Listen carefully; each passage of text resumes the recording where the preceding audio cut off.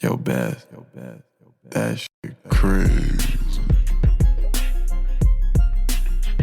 On Tuesday, it's All Even with your boy Barry Grant. You can catch me on Instagram and Twitter at All Even Podcast. You can listen to the show on SoundCloud as well as YouTube, Anchor, Spotify, Google Podcasts, Apple Podcasts, and wherever you find your podcasts available. What a beautiful Tuesday it is. Lots to get into, lots of NBA tonight. Draymond Green goes ham on the NBA in regards to the double standard. I'm going to share my thoughts on that. And are the Jazz for real? The Utah Jazz are killing and they're looking like the best team in the league. But are they really the best team in the league? You know, we're going to talk about them as well. And who blinks first? Between Dak Prescott and Jerry Jones, the Cowboys drama and saga continues. Not a big surprise. And J.J. Watt. There's some news in regards to where J.J. Watt might want to play. And then there's some NCAA business I got to deal with. And then the greatest segment on the planet, Dummy of the Week. So let's just jump right into it. I would like to talk about something that's really bothering me. And it's the treatment of players in this league. To watch Andre Drummond before the game sit on the sideline, then go to the back, and then come out in street clothes because a team is going to trade him. Because when James Harden asked for a trade and essentially dogged it, I don't think there was no surprise or there's no one's going to fight back that James was dogging it his last days in Houston. But he was castrated for wanting to go to a different team, and everybody destroyed that man. And yet a team can come out and say, oh, we want to trade a guy, and then that guy is to go sit. And if he doesn't stay professional, then he's a cancer, and he's not good in someone's locker room, and he's the issue. And we've seen situations of Harrison Barnes getting pulled off the bench. You know, DeMarcus Cousins finding out that he's traded in an interview after the All-Star game, and we continue to let this happen. But I got fined for stating my opinion of what I thought should happen with another player. But teams can come out and continue to say, oh, we're trading guys, we're not playing you. And yet we're to stay professional. At some point, as players, we need to be treated with the same respect and have the same rights that the team can have. Because as a player, you're the worst person in the world when you want a different situation. But a team can say they're trading you, and that man is to stay in shape. He is to stay professional, and if not, his career is on the line. At some point, this league has to protect the players from embarrassment like that. You know, we talk all of this stuff about you can't do this, you can't say that publicly. If you say that publicly, you're fine. Anthony Davis got fined, I think, $100,000 or something like that for demanding a trade publicly. But you can say Andre Drummond is getting traded publicly, and we're looking to trade him publicly, and he's to stay professional and just deal with it. But then when Kyrie Irving say, oh, my mental health is off, everybody go crazy about that too. Do you not think that affects someone mentally? As much as we put into this game to be great, to come out here and be in shape, to produce for fans every single night, and most importantly, to help your team win, do you think that doesn't affect someone mentally? But as players, we're told to, no, you can't say that, you can't say this, but teams can. It goes along the same lines of when everyone wants to say, oh, man, that young guy can't figure it out. But no one wants to say the organization can't figure it out. At some point, the players must be respected in these situations, and it's ridiculous, and I'm sick of seeing it. Y'all have a great night. I'll see y'all tomorrow or Wednesday. I start off with the clip because I want to give it its proper context. I don't want to say anything that Draymond didn't say. I want to make sure everybody hears it and they come up with their own opinion. Here's mine. What Draymond Green is saying ain't wrong, but the issue is that this is just how the NBA is. It's just how every other league is. You see, when you are the player, and you know, in the NBA, players have more power than any other sport in the world, right?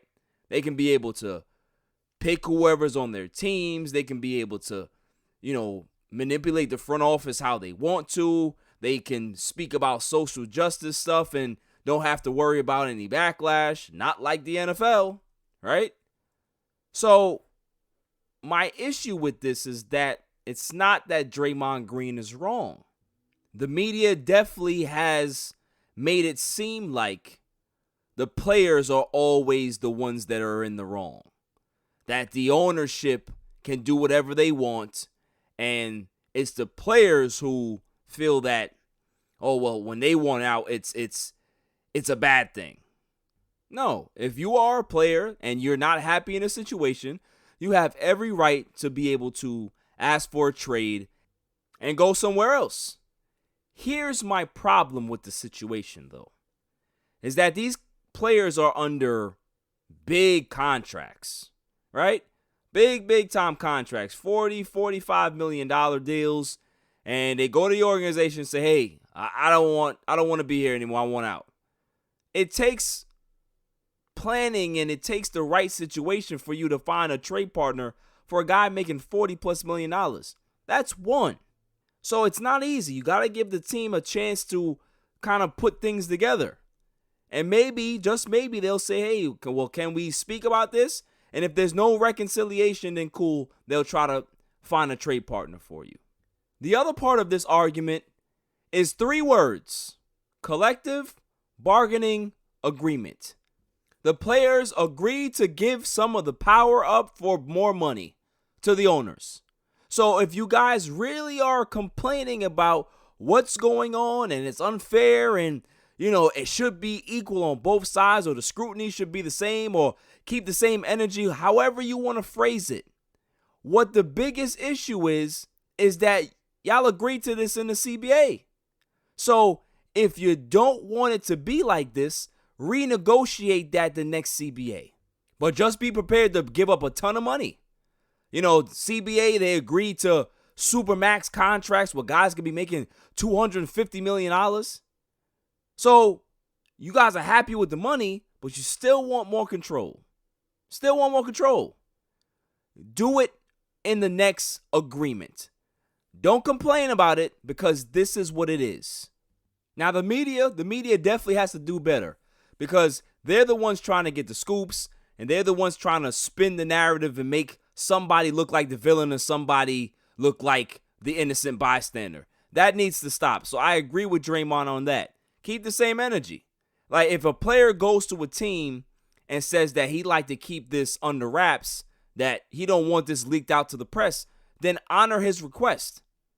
Honor his request. And if it leaks out to the press, then you can't be mad at the player for reacting that way, because it should have never leaked. So there's a lot of things that they can be able to clean up on both sides, as well as the media. Superstars have all the leverage. Look at James Harden. Hot dogged it, was out of shape, and he still ended up going to the team that he wanted to go to. So why are we complaining about stuff here? The team then went to a guy like Blake Griffin, who wants out of Detroit, and said, all right, we're going to sit you down. We're not going to play. We're not even going to have you with the team until we figure this out, whether it's going to be via buyout or whether it's going to be via trade. He's getting paid. So why are we complaining about this? Andre Drummond getting paid. So just because the guy wants to play, if they have different plans, the team is not supposed to have an opinion about a player. So a player can be able to say, yeah, I want out. I don't like the way this is going. But a team can't look at a guy and say, yeah, we don't think that you fit the current situation, so we're going to ship you out. Still getting paid. Don't worry about that. We got you covered on that. This is our doing, so we're not going to make it seem like you're in the wrong. No, we've agreed to go this way. Now, if players don't want it this way, then like I said, agree to a different option in your collective bargaining agreement. Simple. And also, maybe y'all need to eliminate long-term deals. Don't have any more 5-year deals. Have 2-year deals now. Don't lock into any team. Don't commit to any team. But if you do commit to a team 5+ years, then both sides need to agree to some language that keeps certain things away from the media, away from the press. If a player requests to be traded, this cannot get leaked to the media. If a team wants to move on from a player, this cannot be leaked to the media. So when the trade goes down, and then you can be able to release a statement after that and catch people up in regards to what was going on. That's what needs to happen. So if they want to change that to be a little bit more discreet in how they do things, then cool. But all of these things need to be negotiated in the next negotiation period. That's it. But for right now, for people to complain about, come on, man. Dudes is getting paid. You're getting paid crazy dollars to play basketball. And it's not about shut up and dribble. It has nothing to do with that. But, bruh, this is a business. This is how it works. I can't call my boss tomorrow and say, yo, I'm not going to come to work tomorrow. I'd like to go somewhere else. And the boss is going to be like, well, let's try to figure it out. Or, all right, we'll honor your request and keep paying you. It's not the way it goes. It's not the way it goes. So if a guy is cutting the checks and they're the bigger figure in this situation, they normally control the narrative. Owners control the narrative. Governors control the narrative in the NBA. The players have some control. They have some empowerment, absolutely. But when it comes to trading players, that is for the team and the team only. They don't have to trade you. They don't have to. But they do it because they don't want a backlash. They don't have to do it, though. Just think about that. A team don't have to trade you. So if players really are about that life in regards to, oh, yeah, I want out and I'm going to do whatever I got to do to ask out of a situation, then sacrifice the money. Take the buyout. Take the buyout and go wherever you want to go. And then sign a new deal in the offseason. That's what y'all should do if you really are about that life. But nah. You want the money, you want the power, you want the ability to be able to move whenever you want to, however you want to, and the team is just supposed to say, okay, that's not the way business works. And if y'all want to move like that, then create your own basketball association. Be your own owners as well as the players. But that's not the way it works. This is a partnership. You have to work with these people. And if you need language in the next CBA that says that, and they're not willing to concede to those particular requests or demands that y'all have, then maybe an NBA lockout is needed. Because I can't keep hearing about this anymore. I can't keep hearing about players like, bro, y'all move the most in any sport. Free agency for the NBA is lit. It's lit every season, trade season. Come on now. If y'all want change, how much are you willing to sacrifice for that change? Coming up after the break, are the Lakers in trouble? I think so. On a Tuesday, it's all even. I've had so many people tell me that Anchor is great. Anchor is this, Anchor is that. But I have to tell you, man, those people were right. If you haven't heard about Anchor, it's the easiest way to make a podcast. Let me explain. It's free. There's creation tools that allow you to record and edit your podcast right from your phone or your computer. Anchor will distribute your podcast for you so it can be heard on Spotify, Apple Podcasts, and many more. You can make money from your own podcast with no minimum listenership. It's everything you need to make a podcast in one place. Download the free Anchor app or go to anchor.fm to get started. Why wait? Get at it now. Welcome back, y'all. So, Anthony Davis is out 2 to 3 weeks with a strained calf. And the city of Los Angeles is panicking. Panicking right now because they don't know exactly what the future holds for Anthony Davis. Now, the question is, should the Lakers be panicking? Yes, they should be. They should be panicking. Because this reminds me of the KD situation. Kevin Durant had a calf strain in the playoffs. They rested him, and they decided to have him play in the NBA Finals. And look what happened. He ended up tearing the Achilles. The Achilles, that injury is one of the trickiest injuries to kind of diagnose. If there's no tear there, it's tendinosis or tendonitis or whatever it is. but it disguises itself as a calf strain.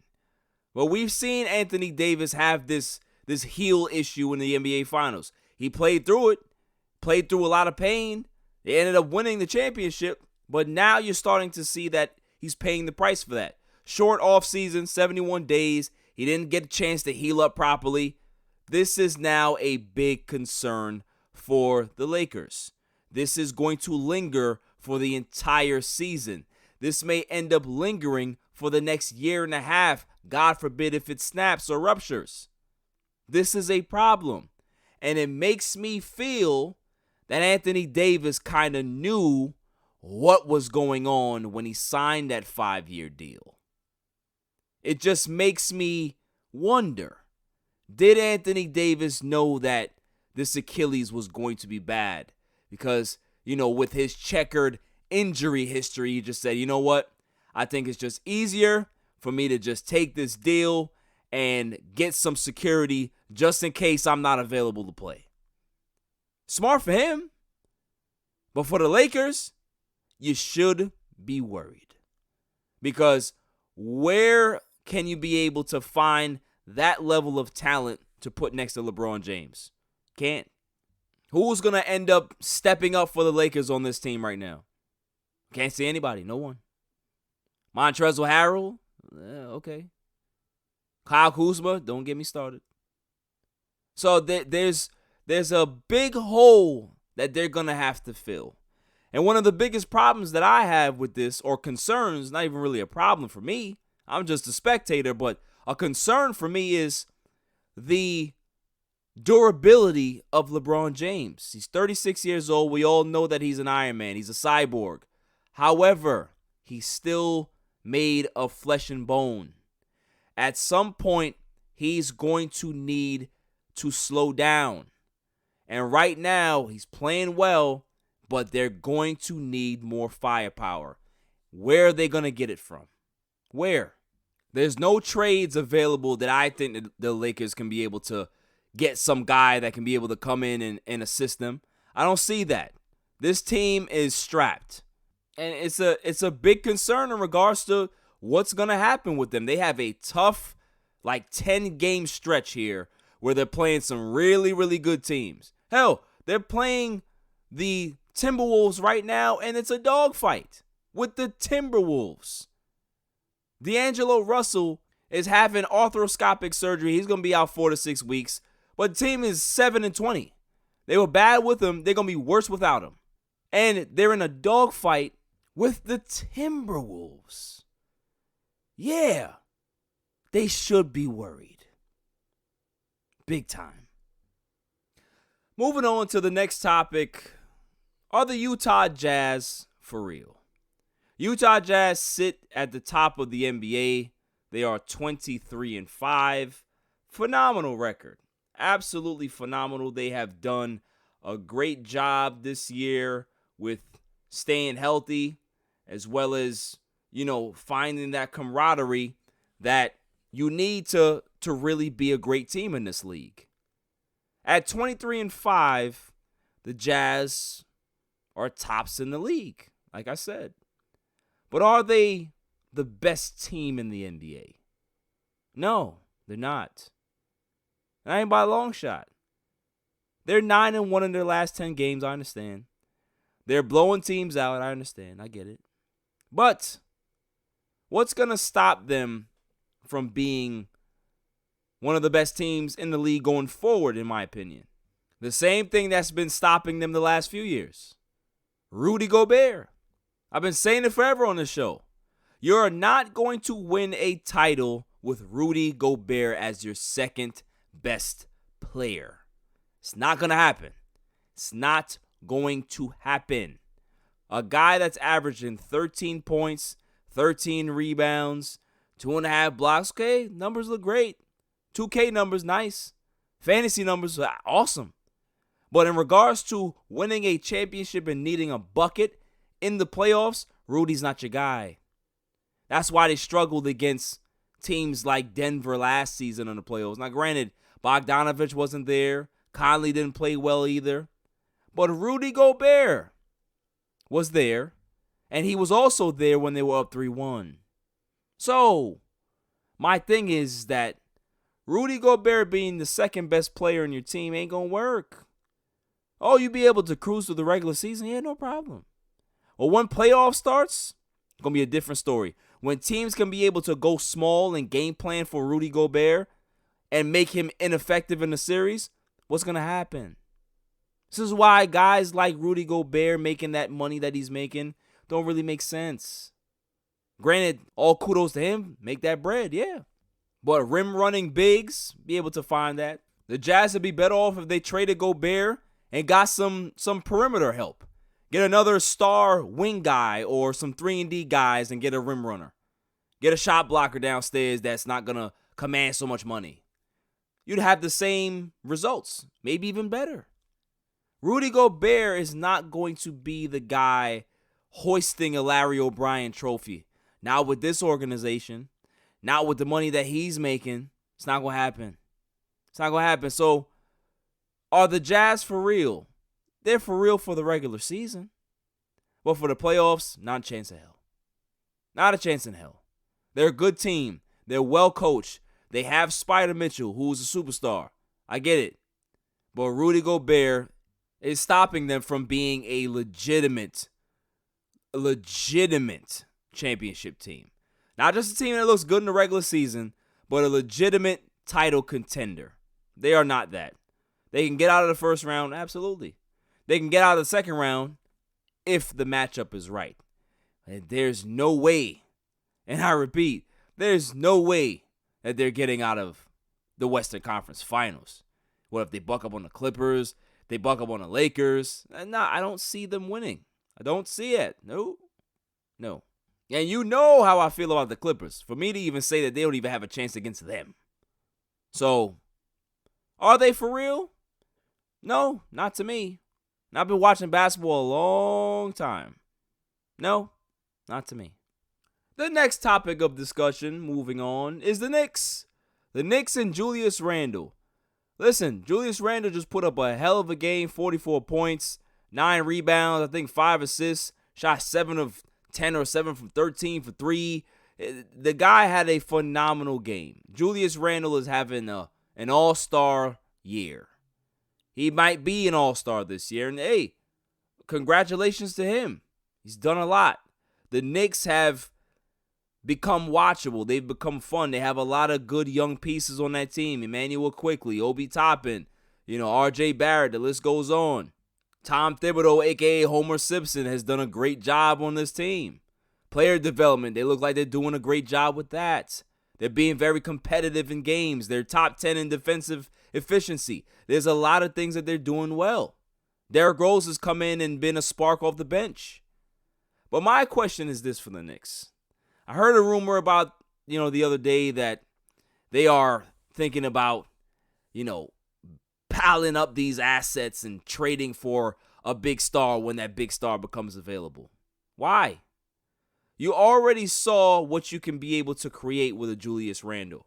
A kid that came into the league with tremendous upside, but was very erratic. Did not know how to play basketball really.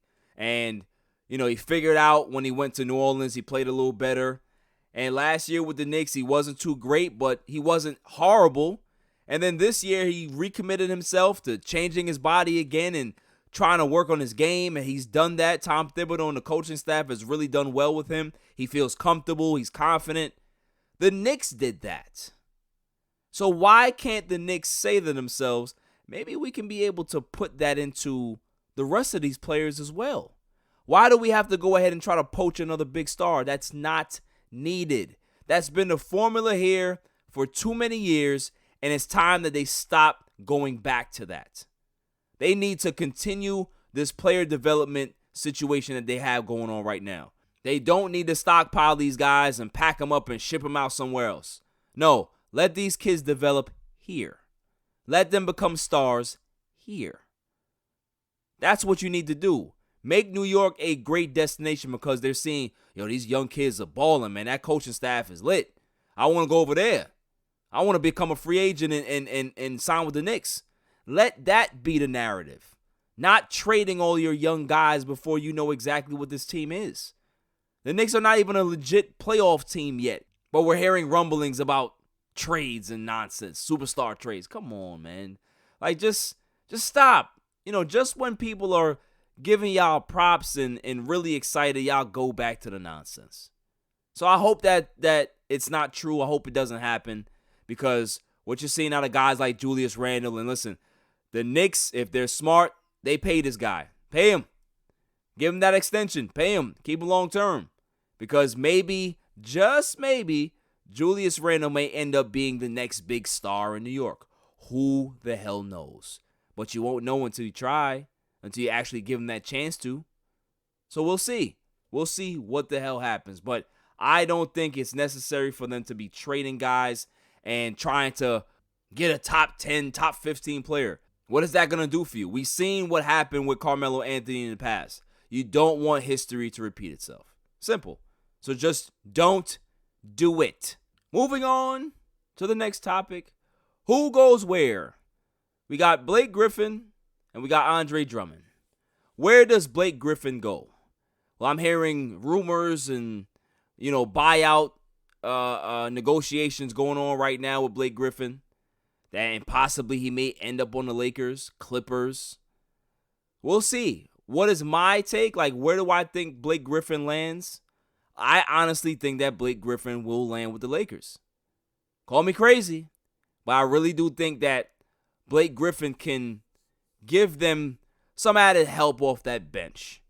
And, hopefully Anthony Davis comes back healthy. If he doesn't, then at least they know that Blake Griffin can be able to help them in ways that the other guys on this team can't. Guys like Kyle Kuzma, who's, he's having a pretty decent season right now. But Kyle Kuzma can't do what Blake Griffin can do. It's just a facts. Now, as a Laker fan, am I happy about Blake Griffin possibly signing with the Lakers? No, I'm not. You know why?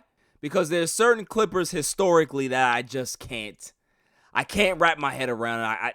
They're forever unclean. Blake Griffin, Chris Paul, Patrick Beverley, Kawhi Leonard, Paul George, these guys. If they ever get on the lake, no. Forever unclean is what they're marked. So no, I don't want no Blake Griffin. I take Andre Drummond though, and that leads me to the next guy that's on the trade market. Where does Andre Drummond end up? The Raptors are definitely interested because they need a big. They don't have any quality bigs on their roster. So Andre Drummond will definitely make a huge difference in the middle of that lineup.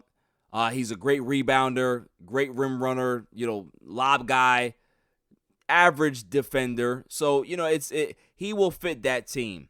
Another team that I would love to see him go to is a team like Charlotte. I think Charlotte would be a great fit for him as well. Another team that would be a phenomenal fit would be the Dallas Mavericks. I think the Dallas Mavericks can be able to get an Andre Drummond and put Porzingis back to the power forward where he belongs. Porzingis is not a 5. He's not a 5 at all. So if you put Drummond and Porzingis down there in that lineup, that's a good lineup. That's protection for Porzingis, and that gives the offense some real stability and some balance. But if it's going to be a buyout situation, obviously you're going to have to put Brooklyn at the top of that list. You got the Nets at the top of that list. You're going to have the Lakers also at the top of that list.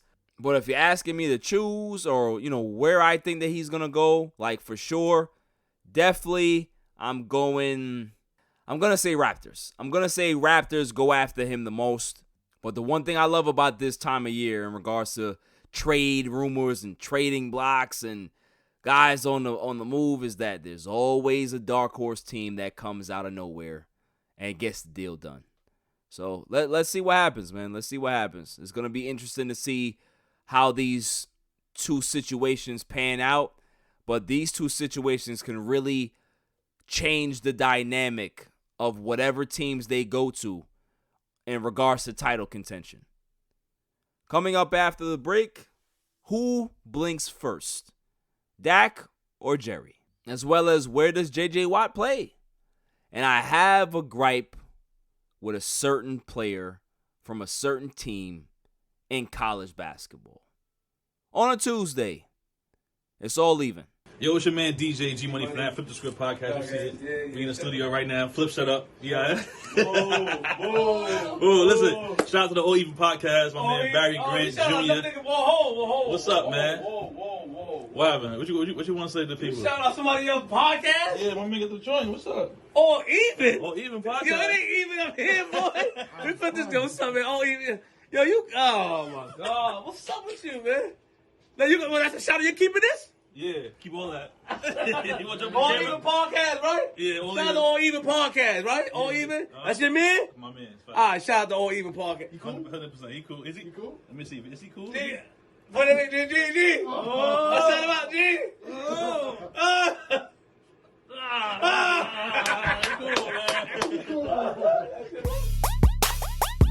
Welcome back, y'all. So who blinks first? Dak or Jerry? I've heard so many different opinions. Dak has the leverage. You know, the Cowboys made a mistake in not giving Dak the money a couple years back before his rookie deal was up. Dak is the face of the team. He's the leader of the team. You can't just let him walk after him getting hurt this bad, and it's just bad optics. All of these things we hear. But what is the actual truth? What is the actual truth? The truth is that there's only 2 quarterbacks in the NFL right now that are making $45 million and $39 million. That's Patrick Mahomes. That's Deshaun Watson. You have Aaron Rodgers up there. You have Russell Wilson up there as well. So let's call it the $35 million club. When you think about those particular players, you think about these guys can be able to single-handedly win games for you, get you to the playoffs, no matter what type of talent you have on this team. And, you know, they can be able to possibly win a playoff game or two if all goes well. If not, then, you know, they'll be one and done, like we saw with Russell Wilson this year. Does Dak Prescott fall into those categories?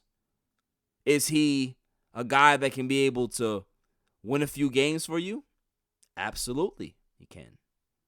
Is he a guy that can be able to win a couple playoff games for you? Absolutely. But here's the twist. Dak Prescott can do all of these things if the situation is perfect. You need great wide receivers on the outside. You need to have a great offensive line.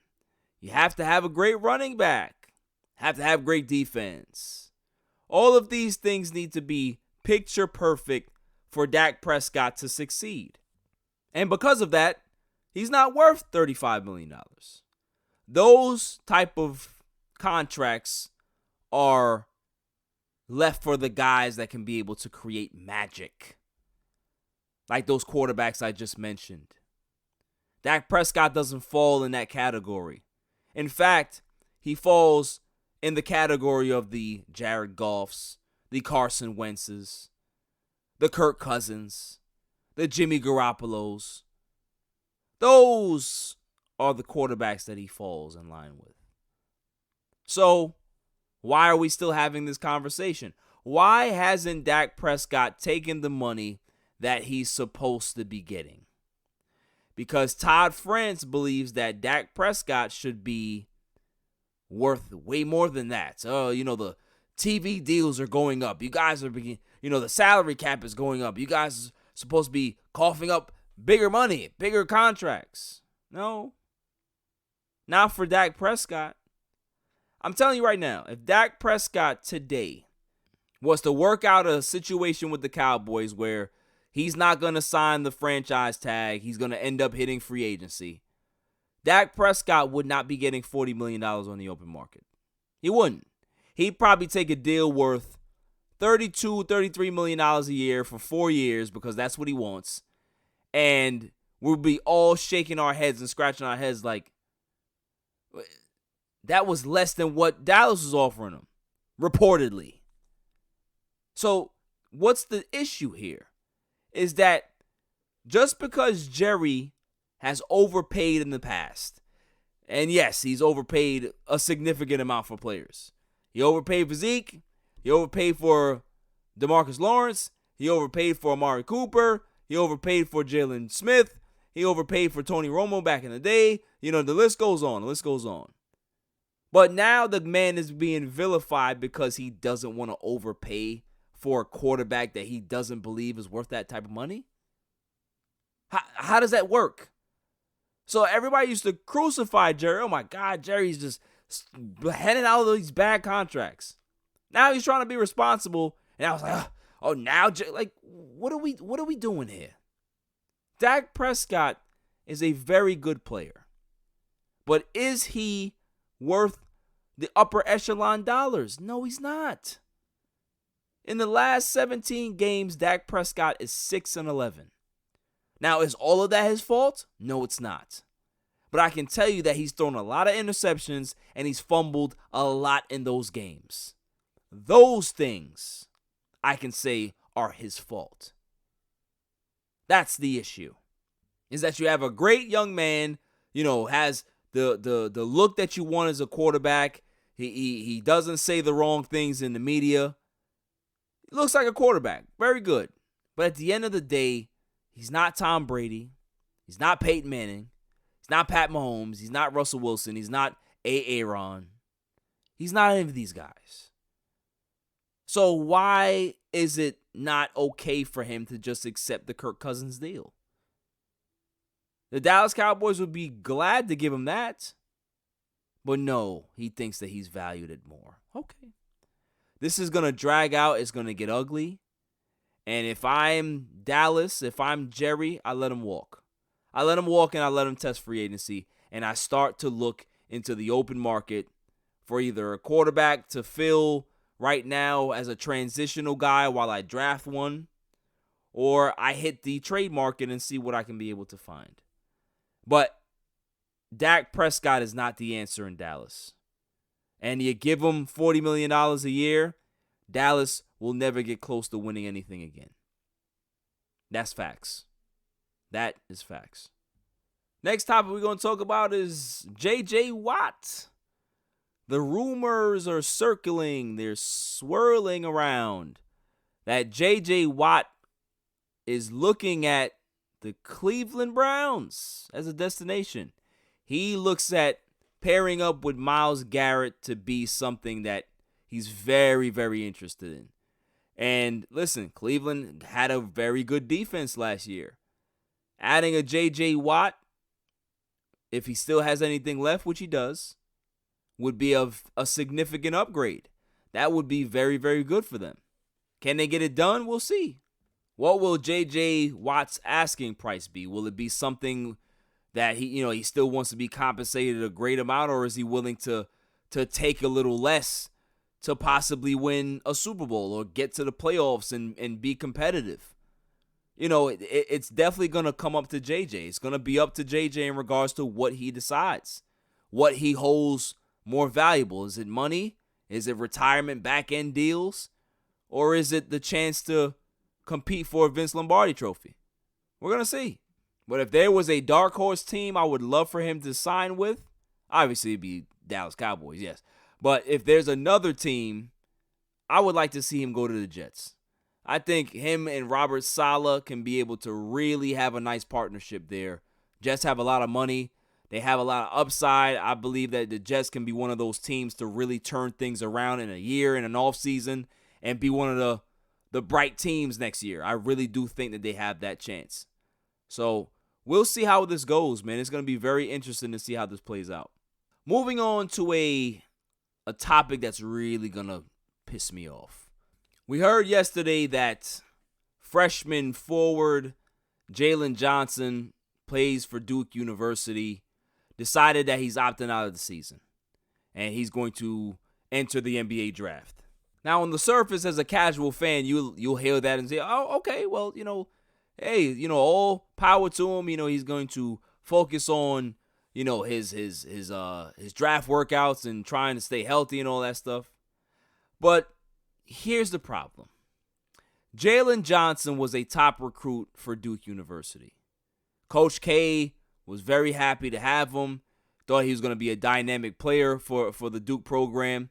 He ended up coming here. He ended up getting hurt early, and he hasn't lived up to expectations. He's averaging like 11.6 rebounds a game or something like that. Not what Coach K thought.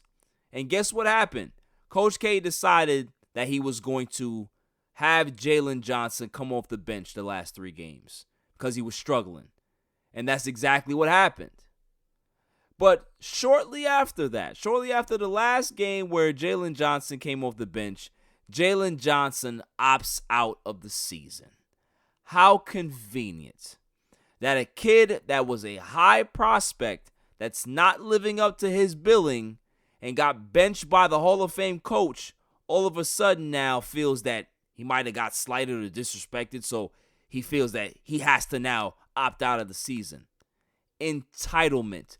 This is exactly what has happened to college basketball. You let these one-and-done babies control your program. Before, it used to be kids that wanted to go to school and wanted to don those colors and play in those rivalries and represent the school with honor. Now, it's all about what this particular school can do for my draft stock, what you can be able to do for my family, all of this nonsense. Jalen Johnson looks like a chump today. Because he couldn't hack it at Duke. And the people that he's taking advice from, his support system or whatever it is, they should be ashamed too. Because you allowed this kid to let his emotions control the situation. I remember when Brandon Ingram got to Duke. Brandon Ingram struggled mightily first couple games. Coach K decided to have him come off the bench. And you know what Brandon Ingram did? He worked his ass off and got back into the starting lineup and had a pretty good freshman year that led him to be the number 2 pick in the draft. That's what happened because that kid has moxie. That kid didn't quit. That kid doesn't have yes men in his corner telling him that what he's doing is the right thing to do. Oh, Coach K's not going to start. You should quit. Coach K is probably going to be the best coach this kid has ever had in his life. We're talking about pros. We're talking about whatever level. And you walked away from that all because you had to come off the bench?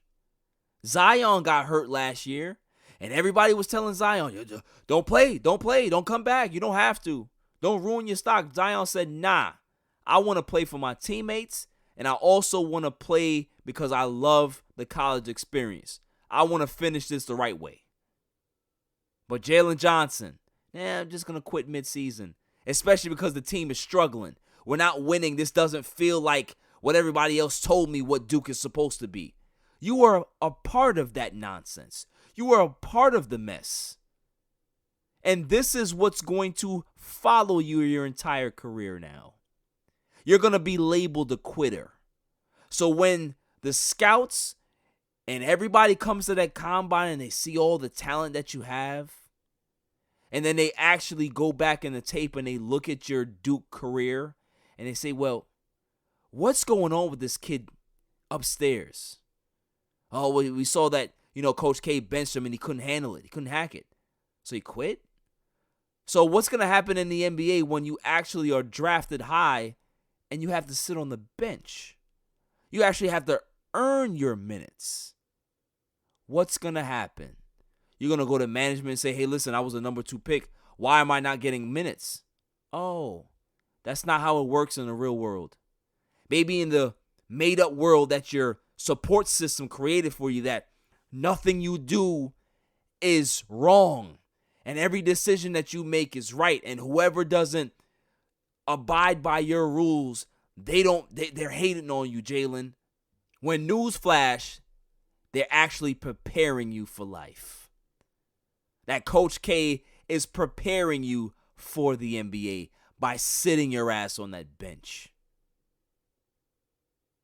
And this is the problem that I've had with Coach K and the Duke program for the last decade, is that you have now become the beck and call, the doormat for one-and-done prospects.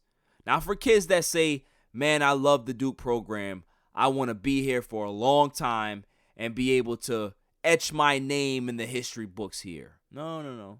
What can you do for me? What can you be able to help me with in regards to my draft capital, my draft stock. It's nonsense.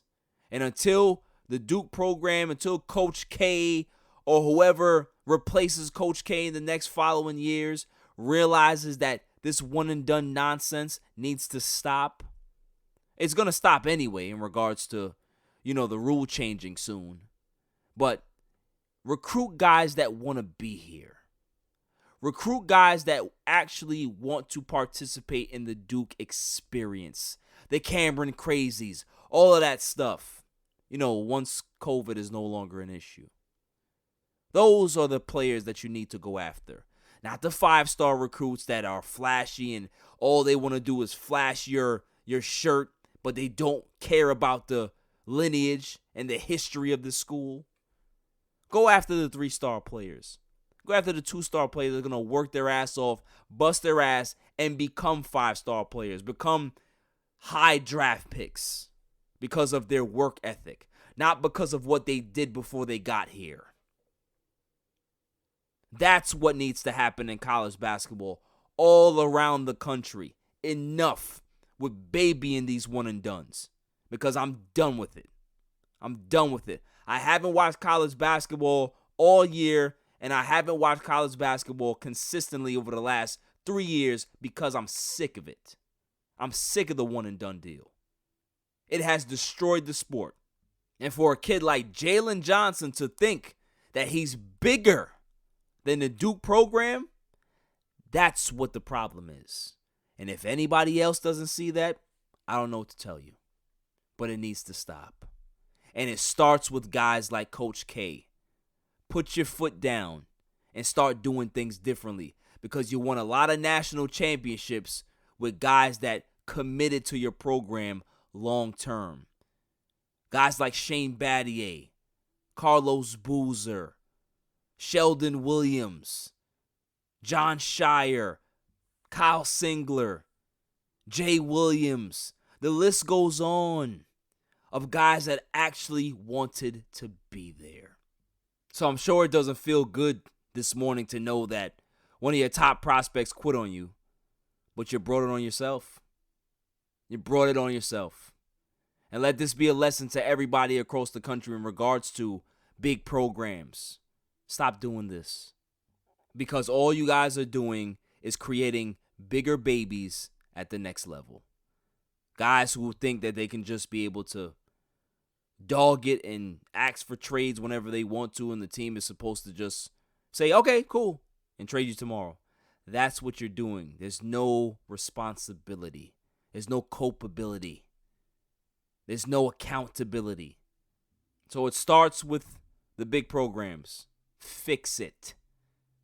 If you want to get your dignity back as a school, as a program, fix it.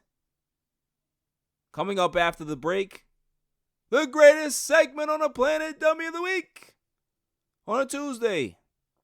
It's All Even. This is Cigar Gents and Gals. Just want to give a shout out to All Even Podcast, the best sports podcast out there. Keep up the amazing work. Also check us out at cigargentsandgals.com. We're everyday apparel for cigar smokers. Let's get it. What's going on? What's up with you? It's your boy, the Candyman, the ALFRE to the D. It's your boy, Alfred from the Rap Lab Podcast. And it's the one and only True G. Just call me the QG from the Rap Lab Podcast. And you tuned in to All Even with Barry Grant. Boy, that shit crazy. Welcome back, y'all.